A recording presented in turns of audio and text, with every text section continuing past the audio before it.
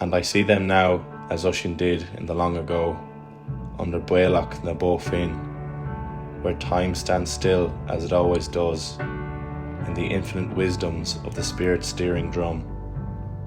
And I see those who wait in the pulse of a rotor, for the heroes who fly in the Ver na Bhail, the ones who go out again and again in the warm hold of a yet sentient being.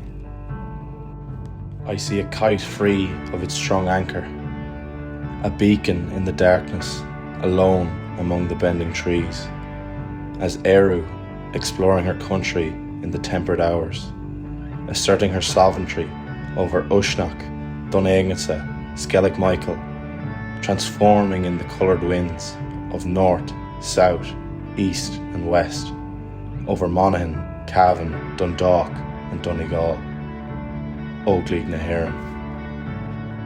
And I see the Morrigan flying on their shoulders, in the clockwork mechanics of intricate parts, keeping treacherous missions to a sanctuary path.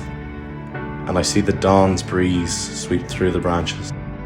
I see sunflowers opening towards the sun, the heather spreading widely on the headlands.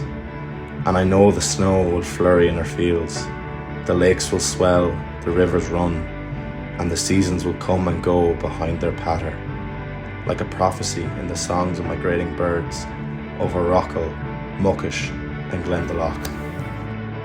And for 6 decades, in all weathers and none, the land beneath was a patterned quilt, stitched like a map only the Feely might know, touched by the eagle on the collars of Inishfall's sons and daughters, Forfair August Turshach. And they were a salve, even then, for the keen, at Powerscourt, at Tramore and at Crowpatrick. Their blood and gut courage pinioned day and night horizons, drawn to the heavens. Through synaptic boom and vessel reactions, on instrument, analog, digital vibrations, they harvested life's essential organs, and they came, like dragonflies, lifting the sea to quench in for us at the 4 corners. And they were a beacon in the darkness, bearing the sick home on their halos from cliff face and roadside, in the thunder thump of hope.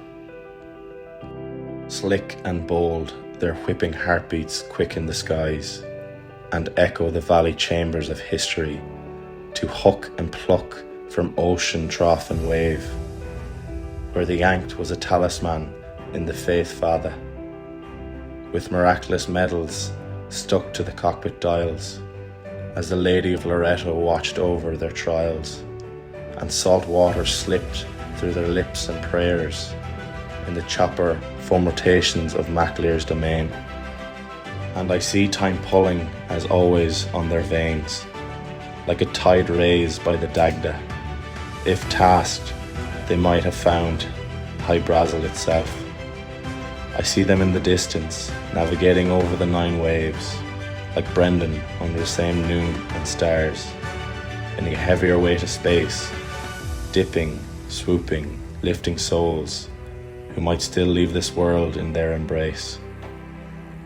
And, even as they go each time from my sight, like Enbar racing out over surf and scare, I watch them skirt over the Vale and on Sail Ella, remembering how they lost their own friends, those maple seeds fallen in the dunes, those dedicated, valorous and distinguished guardians of traveller and citizen, those rescuers of strangers, those saviours of the lost and desperate.